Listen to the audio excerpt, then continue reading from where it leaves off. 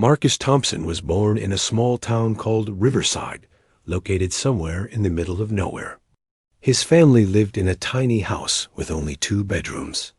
His father worked as a truck driver, and his mother cleaned houses for rich families across town. They never had much money, but they had love, and that was enough for them. When Marcus was 7 years old, something magical happened. His mother took him along to one of the houses she cleaned. It was a beautiful mansion, owned by the Richardson family. While his mother scrubbed floors and washed windows, little Marcus wandered into the living room. There, standing in the corner like a sleeping giant, was a grand piano. It was black and shiny, and Marcus had never seen anything so beautiful in his entire life. He walked toward it slowly, as if approaching a wild animal. His small fingers touched the smooth wooden surface. Then, without thinking, he pressed one of the white keys. A single note filled the room, pure and clear. Marcus felt something wake up inside his chest. It was like finding a piece of himself he never knew was missing. Mrs. Richardson found him standing there, staring at the piano with wide eyes. She was a kind woman with silver hair and gentle hands. Instead of getting angry, she smiled at the little boy. She sat down on the bench and played a simple melody. Marcus watched her fingers dance across the keys, creating sounds that made him want to cry and laugh at the same time. From that day forward, Marcus could think of nothing but the piano. He would draw piano keys on pieces of paper and pretend to play them. He would tap his fingers on the kitchen table, imagining beautiful music flowing from his hands. His parents noticed his obsession, and it broke their hearts because they knew they could never afford piano lessons. A single lesson cost more than what his mother earned in a whole day of cleaning. His father once took him to a music store in the city. Marcus stood in front of the pianos, his nose pressed against the glass display case. The cheapest keyboard cost $300. His father put a hand on his shoulder and said quietly, "Maybe someday, son." But Marcus could hear the sadness in his voice. He knew someday meant never. Years passed, and Marcus grew older. He was now 12 years old, still dreaming of pianos, still tapping his fingers on every surface he touched. His classmates thought he was strange. They played video games and talked about sports, but Marcus would sit alone during lunch, watching piano videos on the old-school computer whenever he could sneak into the library. One cold winter evening, everything changed. Marcus was walking home from school when he found something lying in the snow near a garbage pile. It was a keyboard, dirty, and missing 3 keys, but it was real. Someone had thrown it away. Marcus picked it up like it was made of gold. He ran home as fast as his legs could carry him, his heart pounding with excitement. His father helped him clean it up. They spent hours wiping away the dirt and trying to fix the broken parts. When they finally plugged it in, most of the keys worked. The sound was weak and sometimes crackled, but to Marcus, it was the most beautiful thing he had ever heard. He had his own instrument at last, but there was a problem. Marcus had no idea how to play. He did not know where to put his fingers. He did not understand what the black keys were for. He had no teacher, no books, and no money for lessons. For a few days, he just pressed random keys, making noise instead of music. Then his older sister gave him an idea. She was 16 and knew about computers and the internet. She showed him something called YouTube. She typed in, "How to play piano for beginners," and suddenly, the screen was filled with videos. Hundreds of them. Thousands of them. People from all over the world teaching piano for free. Marcus could not believe his eyes. Here was a whole world of teachers, available any time he wanted, and it cost nothing. He started with the most basic video he could find. A man with a gentle voice explained how to sit properly, how to position his hands, and how to find middle C. Marcus watched that video 15 times that first night. Every day after school, Marcus rushed home to practice. He would set up his broken keyboard on the kitchen table and open YouTube on his sister's old phone. He learned slowly at first. His fingers felt clumsy and stupid. They would not go where he wanted them to go. But he did not give up. He practiced until his hands ached, until his mother had to force him to eat dinner. The neighbors started complaining about the noise. The same 3 notes over and over again, for hours every evening. One neighbor, Mr. Patterson, knocked on their door and told Marcus's father that the boy was wasting his time. He said some people were born with talent and some were not. He said Marcus should find a different hobby, something he might actually be good at. Marcus heard everything through his bedroom door. He cried that night, but when morning came, he wiped his tears and sat down at his keyboard again. He was not going to let anyone steal his dream. If the world wanted to laugh at him, let them laugh. He would prove them all wrong. By the end of his first month, Marcus could play a simple song. It was just "Twinkle, Twinkle, Little Star," but to him, it felt like a symphony.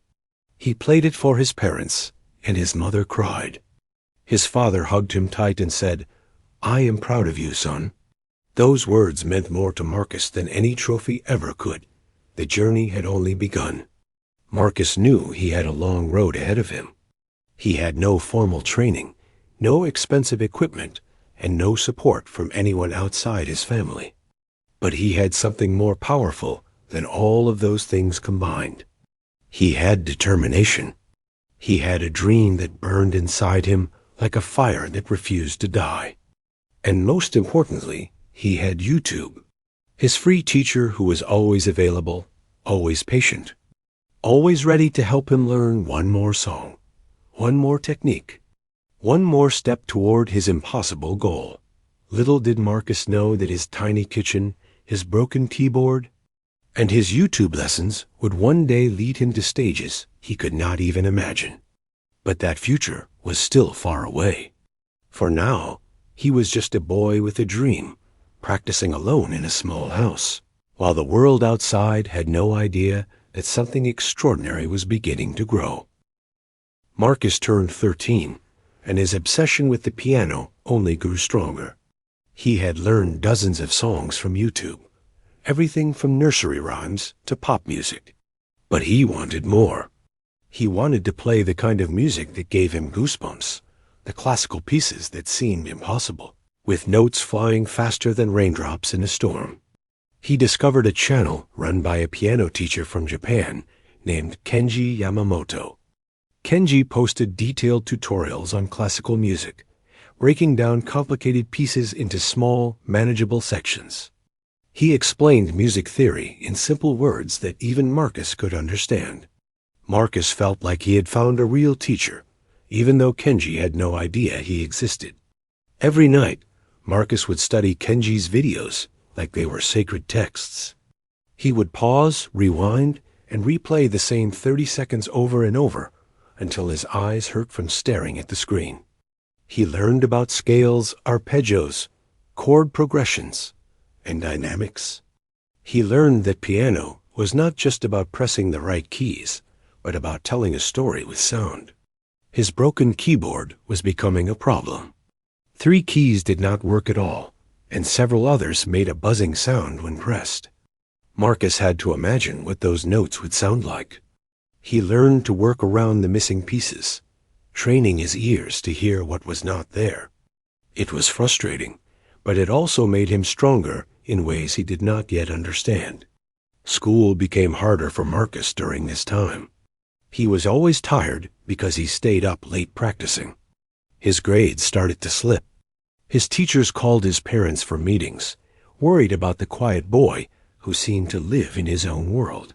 Marcus did not care about algebra or history. He only cared about music. His mother sat him down one evening and spoke to him seriously. She told him that she believed in his dream, but he could not abandon everything else. She said dreams needed a foundation, and education was part of that foundation. Marcus listened to his mother because he loved her and respected her wisdom. He made a promise to try harder in school while never giving up on piano. Finding balance was difficult. Marcus would wake up at 5 in the morning to practice for 2 hours before school. He would practice again during lunch break, using a piano app on his sister's phone with headphones in his ears. After school, he did his homework first, then practiced until midnight. He slept only 5 hours a night, but his body somehow kept going, fueled by passion. When Marcus was 14, something important happened. His church needed someone to play piano for Sunday services. The regular pianist, old Mrs. Jenkins, had broken her hip and could not play anymore. The pastor asked if anyone in the congregation could help, and Marcus's mother raised her hand and pointed at her son. Marcus was terrified. He had never played in front of anyone except his family. The thought of sitting before the whole church made his stomach twist into knots. But his mother encouraged him, and his father said it would be good practice. Reluctantly, Marcus agreed to try. That first Sunday was a disaster. Marcus sat at the church piano, which was a real piano, not a keyboard, and his hands started shaking. The keys felt different under his fingers, heavier and more responsive. He made mistakes. He forgot parts of songs he knew perfectly at home. People in the congregation exchanged glances, and Marcus could feel their judgment like heat on his skin. After the service, some church members approached his parents. They were polite but clear in their message. Maybe the boy needed more practice before playing in public. One woman suggested they hire a real pianist instead. Marcus heard these conversations and felt shame burning in his chest. He wanted to quit and never touch a piano again. But something strange happened that night. Instead of feeling defeated, Marcus felt angry. It was a new kind of anger, not directed at the church members, but at himself for not being good enough. He went home and practiced with a fury he had never felt before. His fingers attacked the keys like soldiers in battle. He played the same hymns over and over until they were perfect. The next Sunday, Marcus returned to the church piano. This time, he did not shake. He closed his eyes, took a deep breath, and imagined he was alone in his kitchen. He played better than the week before. Not perfect, but better. The following Sunday, he was better still. Week after week, Marcus improved, and slowly, the congregation's doubts turned into quiet admiration. By the time Marcus was 15, he had become the church's official pianist. People would compliment his mother after services, saying her son had a gift. Some even asked where he took lessons. When his mother told them he learned everything from YouTube, they laughed. They thought she was joking. No one could believe that the same boy who now played beautifully had taught himself using free videos on the internet.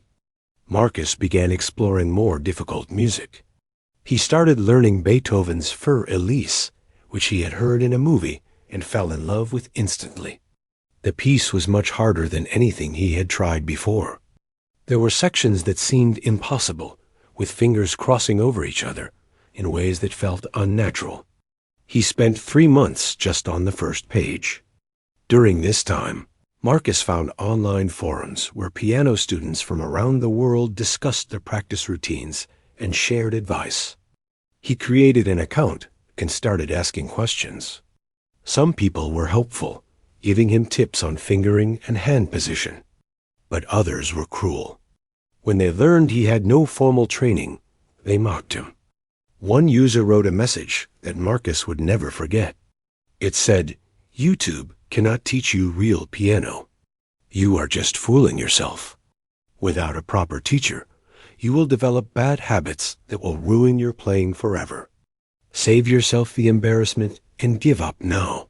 The message had dozens of likes from other users who agreed. Marcus stared at those words for a long time. Part of him wondered if they were right. Maybe he was wasting his time. Maybe there was a ceiling that self-taught players could never break through. He thought about the years of practice, the sacrifices, the lonely hours in his kitchen. Had it all been for nothing? He talked to his father that night, showing him the mean comments online. His father was a simple man who did not understand music, but he understood life. He told Marcus that every great person in history faced critics who told them to quit. He said the only difference between those who succeeded and those who failed was the decision to keep going despite the doubt. Marcus decided to keep going. He blocked the negative users and focused on his practice. He finished learning Fur Elise and recorded himself playing it on his sister's phone. The video was not professional, just a shaky recording of his hands on the old keyboard with the broken keys. But the music was beautiful, and Marcus felt proud of what he had created. He thought about posting the video online, but decided against it. He was not ready to face the critics again. Instead, he kept the video private, a personal reminder of how far he had come. He watched it whenever he felt discouraged, reminding himself that progress was possible, even for a poor boy from Riverside with no teacher and a broken keyboard. What Marcus did not know was that his journey was about to take an unexpected turn. An opportunity was coming that would test everything he had learned and force him to step out of the shadows. The world was about to discover Marcus Thompson, and nothing would ever be the same again. Marcus was 16 years old when opportunity knocked on his door in the strangest way possible. His high school announced a talent show, something they did every spring. Students could sign up to perform anything: singing, dancing, comedy, magic tricks. The winner would receive a small scholarship and the chance to perform at the regional arts festival. Marcus had no intention of entering. He was still shy about playing in front of people outside his church. But his music teacher, Mr. Rodriguez, had other plans. Mr. Rodriguez had heard Marcus playing in the empty music room during lunch one day. He had stood outside the door, listening quietly, unable to believe what he was hearing. When the song ended, he walked in and asked Marcus where he studied. When Marcus explained about the YouTube videos and the broken keyboard at home, Mr. Rodriguez was stunned. He had taught music for 20 years and had never met anyone quite like this boy. He saw raw talent that had been shaped by pure determination, something no fancy music school could teach. He encouraged Marcus to enter the talent show. Marcus refused at first. He made excuses about being too busy, about not being good enough, about not having proper clothes to wear on stage. But Mr. Rodriguez was persistent. He told Marcus that hiding talent was a form of selfishness. The gift he had been given was meant to be shared with others, not kept locked away in a kitchen. After weeks of convincing, Marcus finally agreed. He would enter the talent show. He chose to play Chopin's Nocturne in E-flat major, one of the most beautiful pieces he had learned from YouTube. He practiced it until his fingers could play it in his sleep. He practiced until he could feel every note in his bones. The night of the talent show arrived. Marcus wore his only nice shirt, which his mother had ironed 3 times to make sure it looked perfect. He waited backstage while other students performed. A girl sang a pop song. A group of boys did a comedy sketch. 2 sisters performed a dance routine that got loud applause. Marcus felt his confidence shrinking with each passing act. When they called his name, his legs felt like they were made of stone. He walked onto the stage and saw the sea of faces in the auditorium. His classmates, their parents, teachers, strangers. Everyone was staring at him. His heart was beating, so fast he could hear it in his ears. He sat down at the piano, a beautiful grand piano that was so different from his broken keyboard at home. For a moment, Marcus froze. His mind went blank. He could not remember the first note. Panic gripped his throat. He heard whispers from the audience, people wondering what was wrong. Then he closed his eyes and did what his father had taught him. He breathed deeply and imagined he was alone. No audience, no judges, just him and the music. His fingers found the keys, and the first notes of the nocturne filled the auditorium. something magical happened. Marcus disappeared, and only the music remained. His hands moved with a grace he did not know he possessed. The notes rose and fell like waves on the ocean. He played with his whole heart, pouring every emotion into the keys. When the final note faded into silence, there was a pause that lasted forever. Then the auditorium exploded with applause. People stood up from their seats. Some were wiping tears from their eyes. Mr. Rodriguez was clapping so hard his hands turned red. Marcus opened his eyes, and for a moment he could not understand what was happening. He won the talent show. First place. The judges could not believe that this shy boy had no formal training. They asked him questions backstage, amazed by his story. How did he learn? Where did he practice? Who was his teacher? Marcus answered honestly, telling them about YouTube, about Kenji's channel, about the broken keyboard with the missing keys. News of Marcus's victory spread through the town. The local newspaper wrote a small article about the self-taught piano prodigy from Riverside. People started recognizing him at the grocery store and on the street. Some congratulated him, while others were skeptical. They said he got lucky, that one performance did not mean anything. They said he would fail if he ever faced real competition. The Regional Arts Festival was a bigger stage. Students from dozens of schools would compete. Many of them had studied piano for years at expensive academies.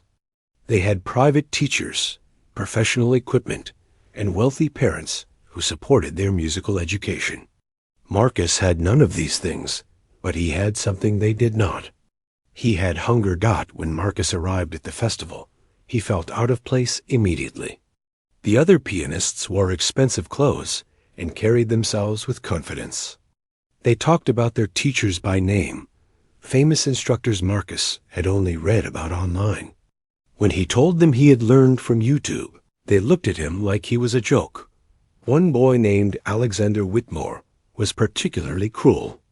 Alexander came from a rich family and had been playing piano since he was 4 years old. He had won competitions across the state and expected to win this one easily. When he heard about Marcus, he laughed out loud. He called Marcus a fraud and said YouTube pianists were an insult to real musicians. Marcus tried to ignore the comments, but they hurt. He began to doubt himself again. Maybe Alexander was right. Maybe he did not belong here with these trained musicians. He called his mother from a payphone, his voice shaking, saying he wanted to come home. His mother listened patiently, then told him something he would never forget. She said that every person who ever achieved greatness was once told they did not belong. She said the opinions of cruel people were worth less than the dirt on her shoes. She told Marcus that she had cleaned houses for rich families her whole life, and she knew one truth that rich people often forgot. Money could buy lessons, but it could not buy heart. And Marcus had more heart than anyone she had ever known. Those words gave Marcus strength. He wiped his tears and went back to the competition. When his turn came to perform, he walked onto the stage with his head held high. He did not look at Alexander or the other critics. He looked at the piano, his old friend, the instrument that had saved his life in so many ways.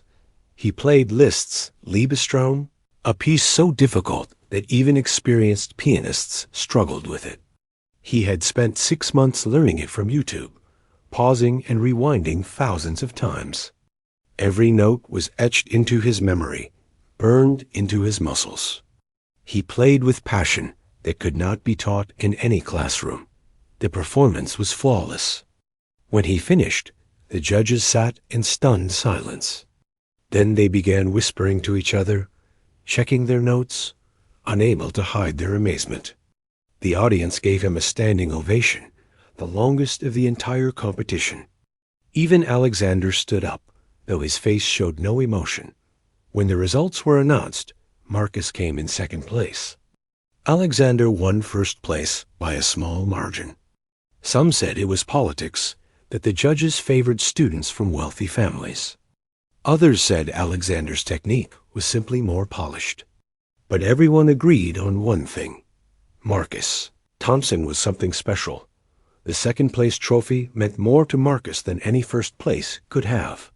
He had proven that he belonged. He had stood on the same stage as trained musicians and held his own. The critics who laughed at him were now forced to take him seriously. The YouTube boy from Riverside had shown the world what was possible when determination met opportunity. But Marcus was not satisfied. Second place was good, but he wanted more. He wanted to prove once and for all that where you came from did not determine where you could go. He set his sights on something bigger, something that seemed impossible for someone like him. He was going to enter the International Young Pianists Competition, the most prestigious youth competition in the world. And he was going to win. The International Young Pianists Competition was held every 2 years in Vienna, Austria. It attracted the most talented young musicians from every corner of the globe. Winners had gone on to perform with the world's greatest orchestras. Past champions had become legends in the classical music world. For Marcus, it represented the ultimate test of everything he had worked for. There was just one problem. The entry fee was $500, and travel to Vienna would cost thousands more. Marcus's family did not have that kind of money.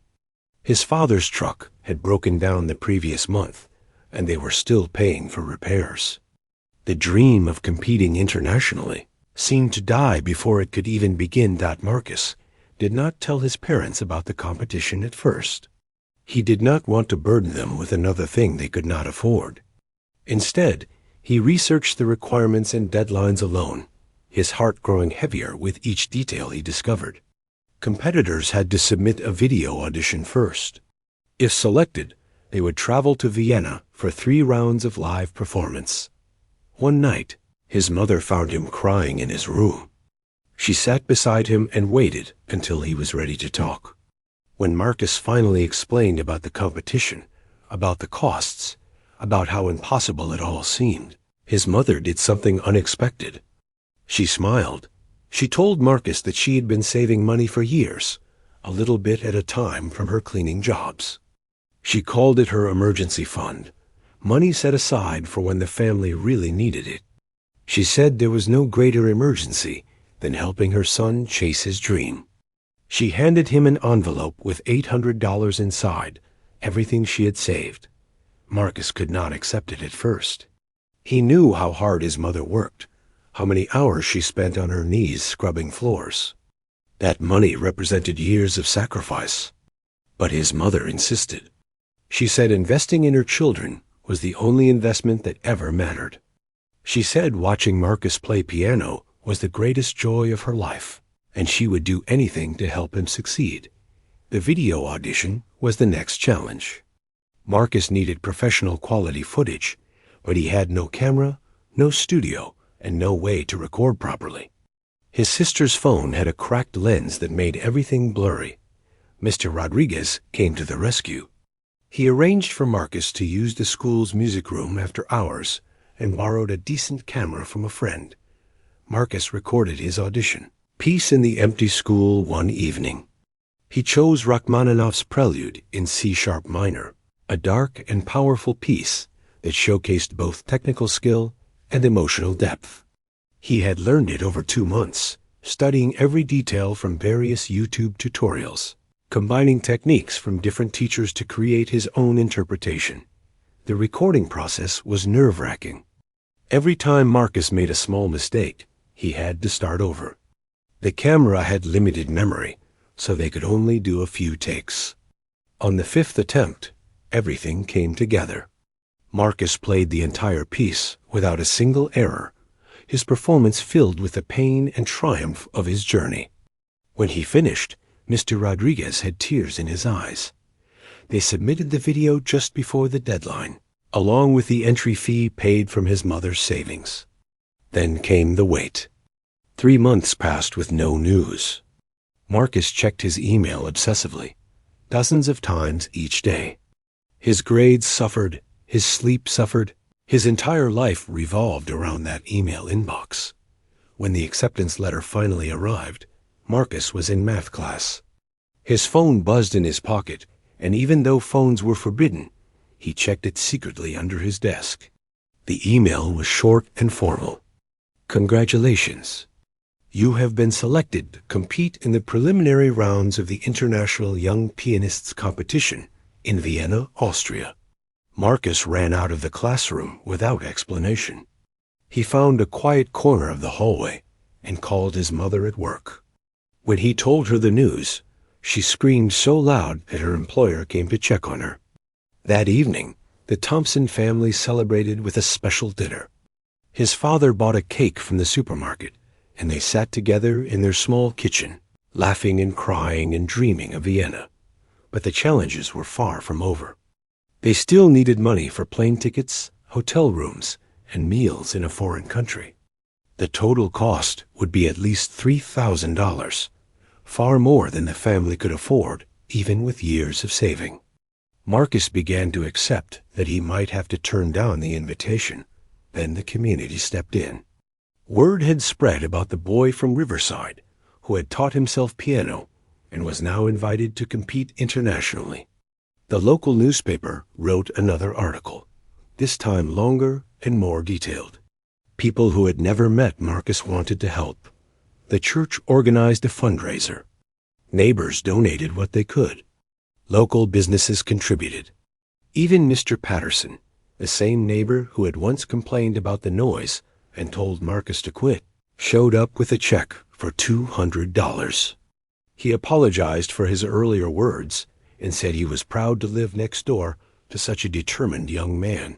Within 1 month, the community raised $4,000. It was enough for the trip, and then some. Marcus was overwhelmed by the generosity of people he barely knew. He realized that his dream was no longer just his own. It belonged to everyone who had believed in him, everyone who had contributed, everyone who wanted to see the impossible become possible. The weeks before the competition were intense. Marcus practiced 8 hours every day, taking breaks only to eat and sleep. He studied recordings of past winners, analyzing their techniques and stage presence. He watched YouTube videos about performing under pressure, about managing nerves, about connecting with audiences. His repertoire needed to be perfect. The competition required 3 different pieces for the preliminary round, each demonstrating different skills. He chose works by Chopin, Beethoven, and Debussy, pieces that showed range and versatility. He practiced them until he could play them blindfolded, until his fingers moved without conscious thought. 2 weeks before departure, tragedy struck. Marcus injured his left hand during practice. He had been playing for 6 hours straight without rest, and his muscles cramped violently. The pain was sharp and immediate. His hand swelled, and he could not move his fingers properly. A doctor said he had strained the tendons and needed complete rest for at least 3 weeks. 3 weeks of rest meant missing the competition. All the fundraising, all the preparation, all the dreams would be for nothing. Marcus was devastated. He locked himself in his room and refused to speak to anyone. For 3 days, he barely ate. He felt like the universe was playing a cruel joke on him, but Marcus Thompson was not someone who gave up easily. He spoke to the doctor again, asking about options, about treatments that might speed up recovery. The doctor was cautious, but admitted that with careful physical therapy and limited practice, there might be a chance. It would be risky. Any additional injury could cause permanent damage. Marcus made a decision. He would go to Vienna. He would compete even if his hand was not fully healed. He would take every precaution, limit his practice, and trust that his years of preparation would carry him through. It was a gamble, but his entire life had been a gamble. Why stop now? His mother worried. His father worried. Mr. Rodriguez worried. Everyone told him to wait, to enter the next competition in 2 years when his hand would be healthy. But Marcus knew that opportunities did not wait. 2 years was a lifetime. Anything could happen. This was his moment, and he was going to seize it. He boarded the plane to Vienna, with his right hand carrying luggage and his left hand wrapped in a supportive bandage. His mother had wanted to come, but could not afford to miss work. His father gave him a tight hug at the airport and whispered, "Show them what Thompson men are made of." As the plane lifted off, Marcus looked out the window at his hometown growing smaller below. He was leaving everything familiar, flying toward the biggest challenge of his life, with an injured hand and a heart full of fear. But beneath the fear was something stronger. It was hope, stubborn and unbreakable, the same hope that had kept him practicing on a broken keyboard all those years ago. Vienna was waiting, and Marcus was ready to meet his destiny. Vienna was like stepping into a dream. The buildings were old and beautiful, with architecture that seemed to belong in a fairy tale. Music was everywhere, from street performers playing violins on corners to grand concert halls that had hosted the greatest musicians in history. For Marcus, it was both inspiring and terrifying. He arrived at his small hotel, a budget place far from the city center. It was all he could afford. His room was tiny, with a single bed and a window that looked out onto a brick wall.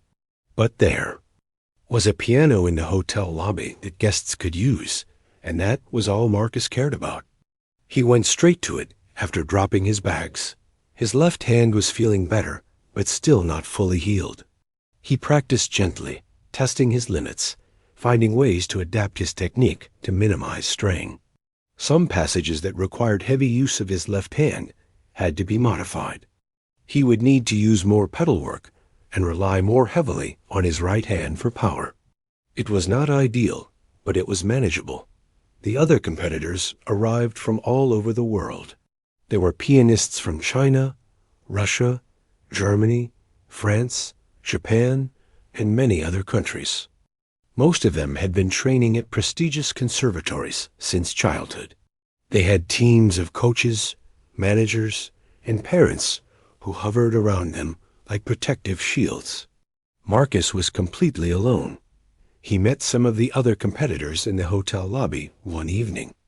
A girl from South Korea named Ji-yeon was friendly and curious about him. She asked about his training background, and when Marcus explained about the YouTube videos, she looked at him with wide eyes. She had never heard of anyone learning serious piano that way. She was impressed, but also skeptical. Another competitor, a boy from Russia named Dmitri, was less kind. He overheard Marcus's story and laughed openly. He said the competition was for serious musicians, not amateurs who learned from the internet. He predicted Marcus would be eliminated in the first round and suggested he enjoy his vacation in Vienna. Because it would be short, the preliminary round was held in a historic concert hall that made Marcus's heart stop when he first walked inside. The ceiling was painted with angels and clouds. Crystal chandeliers hung like frozen waterfalls of light. The piano on stage was a Steinway grand worth more than his family's house. Marcus had never touched anything so valuable in his entire life. 52 pianists competed in the preliminary round. They played in alphabetical order, and Marcus was somewhere in the middle. He spent the first day listening to other performers, studying their techniques, trying to learn from their strengths and weaknesses. The level of skill was unbelievable. Some of the performers played with such precision that it seemed inhuman. Marcus began to feel out of his depth. These were not the small-town competitors he had faced before. These were the best young pianists in the world, groomed from birth for exactly this moment. What was he doing here? A boy with no formal training, an injured hand, and a few thousand YouTube videos under his belt.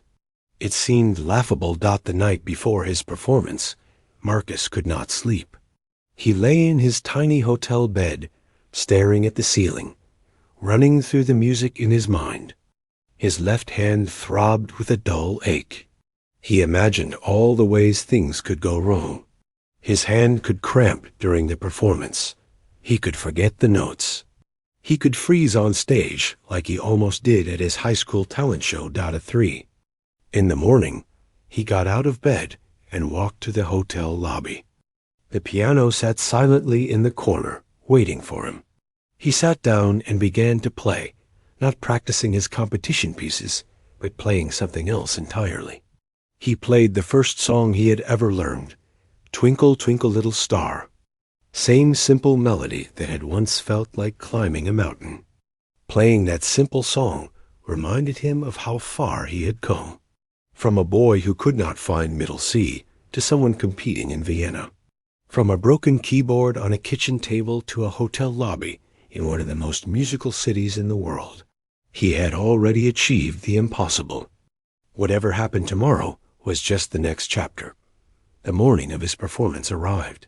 Marcus dressed in his best clothes, a suit that Mr. Rodriguez had helped him buy with some of the fundraiser money. His left hand was wrapped in a thin, supportive bandage that he would remove before going on stage. He ate a small breakfast, unable to stomach much due to nerves. When his name was called, Marcus walked onto the stage of the great concert hall.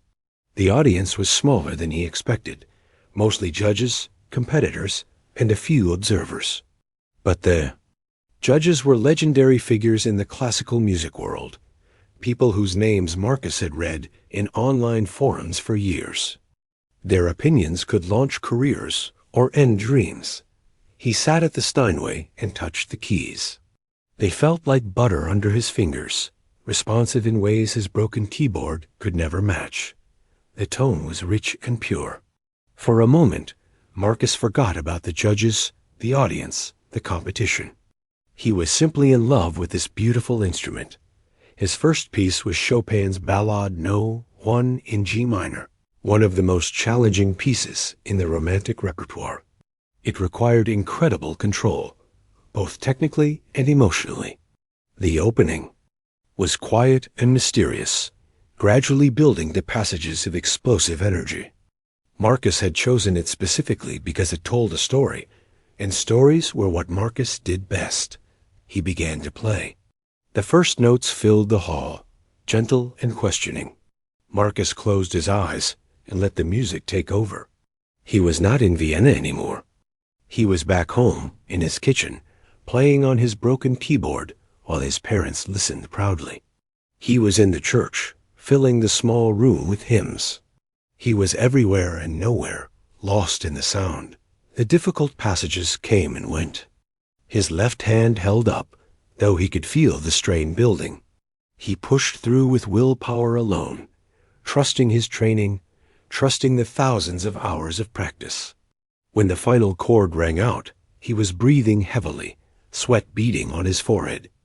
There was silence, then applause, warm and genuine. Marcus opened his eyes and saw the judges writing notes, their faces unreadable. He moved on to his second piece, then his third, each performance draining more energy from his injured body. By the end, he was exhausted in a way he had never experienced before.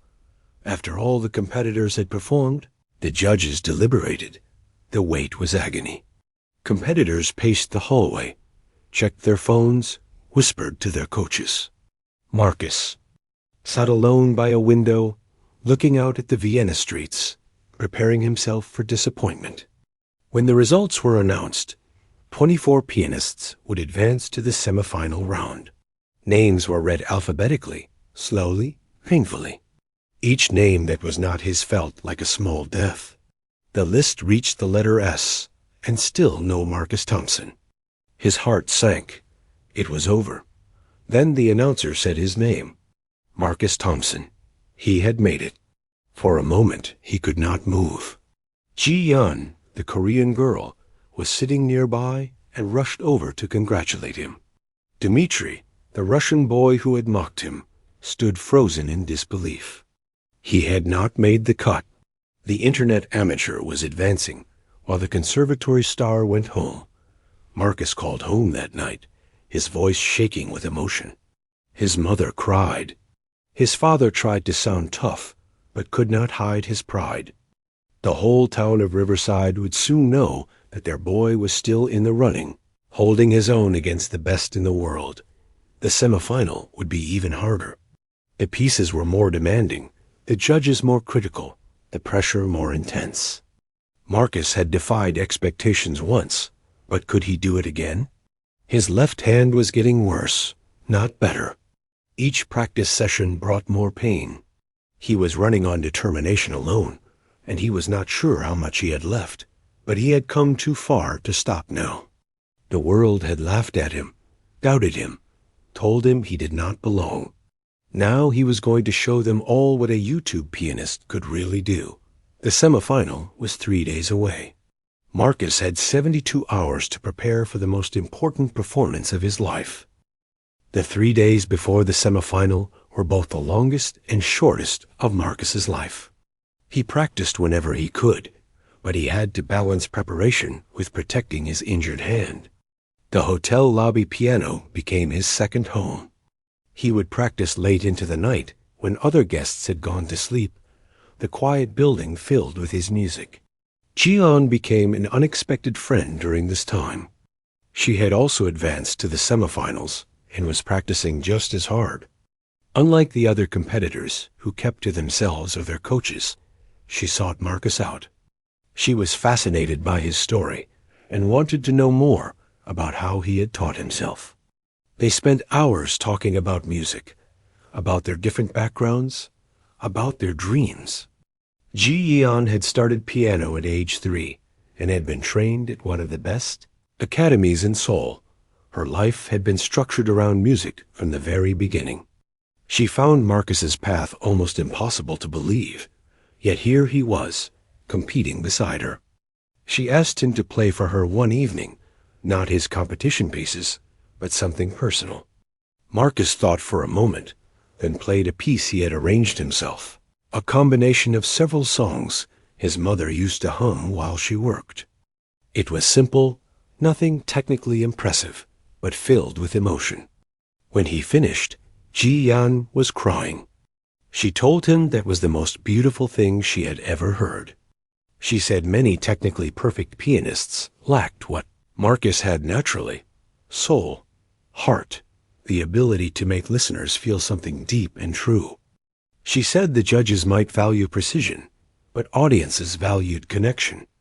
And Marcus had that in abundance. Her words gave Marcus confidence.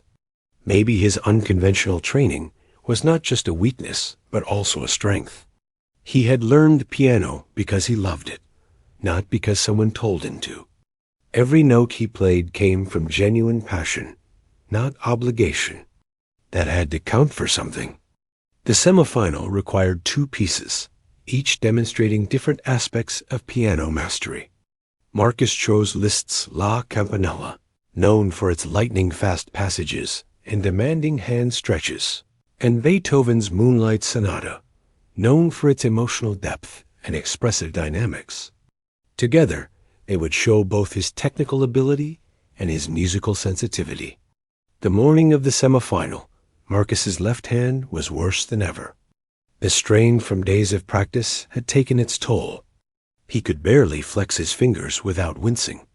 A doctor at a nearby clinic examined him and strongly advised against performing. The risk of permanent damage was real and growing. Marcus ignored the warning. He wrapped his hand more tightly, took some pain medication, and headed to the concert hall. His mother's voice echoed in his memory. Money cannot buy heart. He was going to prove that today. Even if his hand fell off, he was going to play. The semifinal venue was even more impressive than the preliminary round. The hall was larger, the audience bigger, the energy more intense. Famous musicians and music critics had come to watch. Cameras were recording for broadcast around the world. The stakes had never been higher. Marcus watched the other semifinalists perform with a mixture of admiration and anxiety. Jian played brilliantly, her fingers flying across the keys with precision that seemed mechanical in its perfection. Other competitors delivered flawless performances that made Marcus question his own abilities. How could he compete with such polished musicians? When his turn came, Marcus walked onto the stage and was immediately aware of the cameras. He thought about everyone watching back home. His family gathered around the television or computer, the whole town of Riverside holding its breath. He could not let them down. He would not let them down. He began with La Campanella, the more technically demanding piece. The opening notes rang out like bells, clear and bright. His right hand carried most of the difficult passages, dancing across the keys while his left hand provided support. The pain was constant, a burning sensation that threatened to break his concentration, but Marcus pushed it aside. Halfway through the piece, his left hand cramped. It was the moment he had feared. His fingers locked for a fraction of a second, causing a small mistake that the judges certainly noticed. Marcus felt panic rising, but forced it down. He adapted on the fly, adjusting the next few measures to minimize left-hand involvement. The audience might not have noticed, but Marcus knew, and the judges knew. He finished La Campanella with a flourish, the final notes ringing through the hall. There was applause, but Marcus barely heard it. He was calculating the damage. One noticeable error. Points definitely lost. His only hope now was to deliver a flawless Moonlight Sonata. Beethoven's masterpiece was different from Liszt's showpiece. It was slower, more contemplative, requiring not technical fireworks, but emotional honesty. The first movement was famous for its gentle, hypnotic beauty. It was music that required a mature soul to perform properly. Marcus began the famous opening chords. The simple pattern of notes filled the hall, each one hanging in the air like a question. He thought about his journey, about the broken keyboard, about the critics who laughed, about his mother's sacrifices. Every emotion he had ever felt seemed to flow through his fingers into the keys. The second movement brought energy and light, a contrast to the melancholy of the first. Marcus played with controlled intensity, showing the judges that he understood Beethoven's genius. The third movement was the storm, fast and furious, demanding everything a pianist had to give. His left hand screamed with pain, but Marcus did not stop. He played through the agony, every note a small victory against his own body. Sweat dripped down his face. His vision blurred slightly, but the music continued, relentless and beautiful, building toward its powerful conclusion. The final chord struck like thunder. Silence followed, deep and complete. Then the audience erupted. People stood from their seats, clapping and cheering. Some were crying. Marcus sat at the piano, unable to move, completely drained in body and spirit. Backstage, Ji-yeon found him and hugged him tightly. She said it was the most moving performance she had ever witnessed. Other competitors came to congratulate him, including some who had dismissed him earlier. Even the judges were buzzing with discussion about the American boy who had learned from YouTube. The results were announced later that evening. 12 pianists would advance to the final round. Marcus waited, his bandaged hand throbbing, his hopes balancing on a knife's edge. When they read his name among the finalists, he collapsed into a chair, overwhelmed with relief and exhaustion. He had made it to the final round of the International Young Pianists Competition.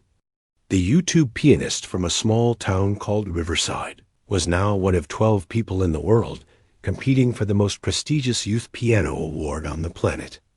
The critics who had laughed were no longer laughing. The impossible dream was becoming reality. But the hardest challenge was still ahead. The final round required a full concerto performance with an orchestra, the ultimate test of a pianist's ability. Marcus had never performed with an orchestra in his life. He had never even practiced with other musicians. Every piece he had ever played was solo, alone in his kitchen or in empty rooms.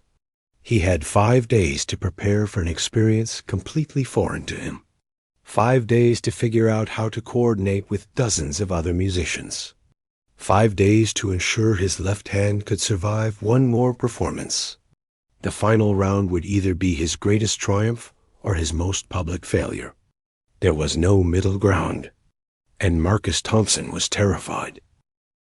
The 5 days before the final round passed in a blur of anxiety and preparation. Marcus faced a challenge unlike anything he had encountered before. Playing with an orchestra meant surrendering control, becoming part of something larger than himself. It required skills he had never developed, communication and collaboration that could not be learned from YouTube videos. The competition organizers provided each finalist with limited rehearsal time with the orchestra. Marcus had only 2 sessions, each lasting 90 minutes, to prepare for a performance that would decide his future. Other finalists had played with orchestras many times. For Marcus, it was a completely new world. His chosen concerto was Rachmaninoff's Piano Concerto, No. 2, one of the most romantic and demanding pieces in the repertoire. He had selected it because it spoke to his soul with its sweeping melodies and passionate intensity. What he had not fully appreciated was how different it would sound with an orchestra adding layers of complexity around him. The first rehearsal was a disaster. Marcus came in at the wrong times. He played too loud when he should have been soft, too soft when he needed power. The conductor, a stern German woman named Frau Weber, stopped the orchestra multiple times to correct him. Her patience was clearly limited, and Marcus could see frustration in the faces of the orchestra members. He returned to his hotel that night feeling hopeless. The concerto required precise coordination with more than 60 other musicians. Every beat, every pause, every dynamic change had to align perfectly. How could he learn this in a single day when others had been doing it for years? Ji-yeon found him sitting alone in the hotel lobby, staring at nothing. She had already finished her rehearsals and offered to help. She explained the basics of orchestral performance, things that were second nature to trained musicians, but complete mysteries to Marcus. She taught him to watch the conductor, to listen for cues from other sections, to breathe with the music. The second rehearsal went better. Not great, but better. Marcus made fewer mistakes and managed to stay with the orchestra for most of the piece. Frau Weber nodded once, which Ji-yeon said was the highest compliment she ever gave. It was not perfect, but it might be enough. The night before the final, Marcus could not sleep again. He walked the streets of Vienna alone, past the concert halls and opera houses where legends had performed. He thought about everything that had brought him here, from finding that broken keyboard in the snow to standing on the threshold of history. His phone buzzed with a message from home. It was a video, recorded by his father. The camera showed the living room of their small house, packed with neighbors and friends. Everyone from Riverside had gathered to watch the final together.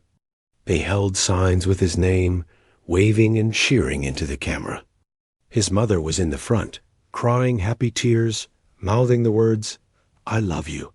Marcus watched the video a dozen times, drawing strength from those familiar faces. These people believed in him. His whole town believed in him. He could not let fear win now. Not after coming so far. Not when so many people had sacrificed so much to help him reach this moment. Morning arrived, and with it, the weight of destiny. Marcus dressed carefully in his concert attire, a formal black suit that felt like armor. He wrapped his left hand one final time, saying a silent prayer that it would hold together for one more performance. Then he headed to the concert hall. The final round was held in the legendary Musikverein, one of the most famous concert halls in the world. Its golden interior had hosted Brahms, Mahler, and countless other masters. The acoustics were said to be perfect, every note reaching every corner with crystalline clarity. Marcus had watched performances from this hall on YouTube for years. Now he was about to play here himself. The audience was enormous, over 1,000 people filling the ornate seats. Critics, musicians, music lovers, and media had come from around the world. Cameras would broadcast the performance to millions more. This was the pinnacle of the classical music world, and Marcus Thompson was standing at its center. He drew the 7th position, meaning he would be the 7th of 12 finalists to perform. Waiting was torture. He listened to the competitors before him deliver stunning performances. Each one seemed better than the last. A Chinese prodigy played with technical perfection. A Russian girl produced tones of extraordinary beauty. The standard was impossibly high. When they called his name, Marcus walked onto the stage of the music Währung. The Steinway grand piano gleamed under the lights. Behind it sat the orchestra, dozens of musicians ready to play. In front stretched the vast audience, a sea of faces waiting to judge him. His heart pounded so hard he could feel it in his throat. He sat at the piano and looked at Frau Weber. She raised her baton, and the orchestra began the famous opening of Rachmaninoff's Second Concerto. The low, ominous chords from the strings shivers down Marcus's spine. This was it, the moment of truth. His entrance came, and his fingers found the keys. The opening piano chords rose like a cathedral being built, brick by brick, each one adding to the growing structure. Marcus had practiced these chords thousands of times, but they had never sounded like this. The orchestra surrounded him, lifted him, carried him forward. The music swelled.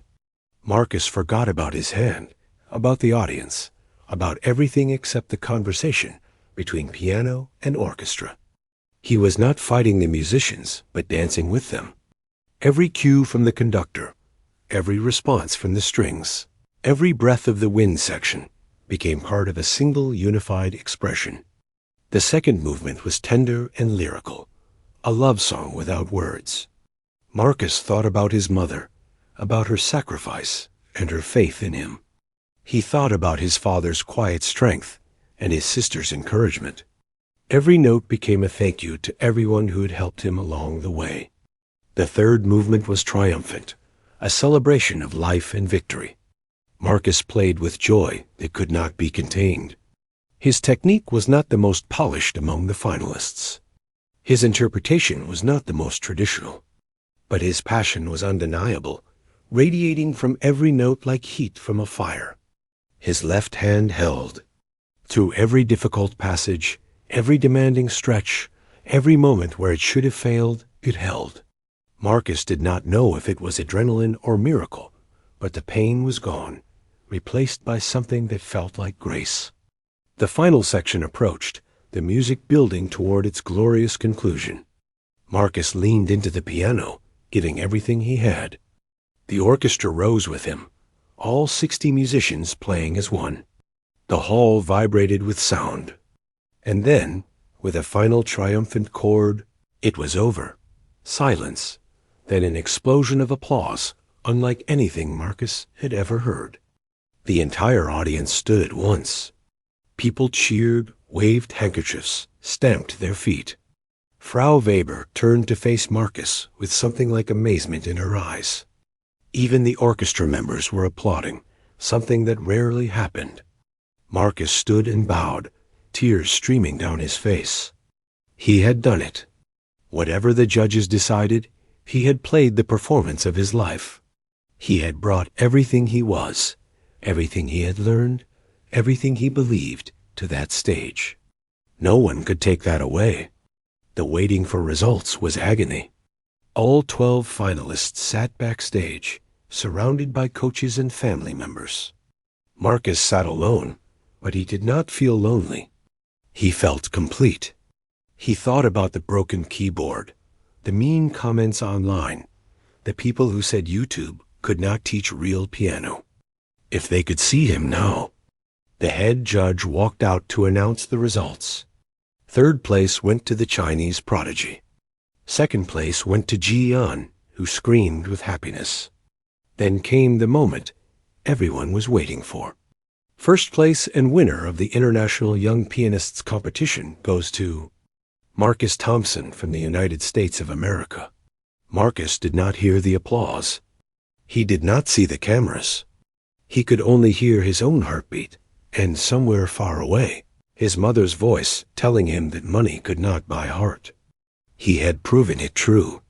The YouTube pianist from Riverside had just won the most prestigious youth piano competition in the world. The news traveled instantly around the globe. Every major publication covered the story of the self-taught prodigy who learned from free internet videos. Marcus became a symbol of possibility, proof that talent and determination could overcome any obstacle.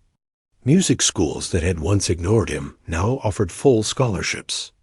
Concert halls that had never heard his name now begged him to perform. He returned to Riverside as a hero. The whole town gathered at the airport to welcome him home. His mother hugged him so tight he could barely breathe. His father cried for the first time Marcus could remember. Even Mr. Patterson was there, telling everyone who would listen that he had always known the boy was special. Marcus Thompson went on to become one of the most celebrated pianists of his generation. He performed with the world's greatest orchestras, recorded best-selling albums, and won countless awards. But he never forgot where he came from. He created a foundation to provide free music education to children from poor families. He released free video tutorials online, paying forward the gift that YouTube had given him. Years later, in interviews, people would ask about his journey. They wanted to know his secret, the key to his success. Marcus would always give the same answer.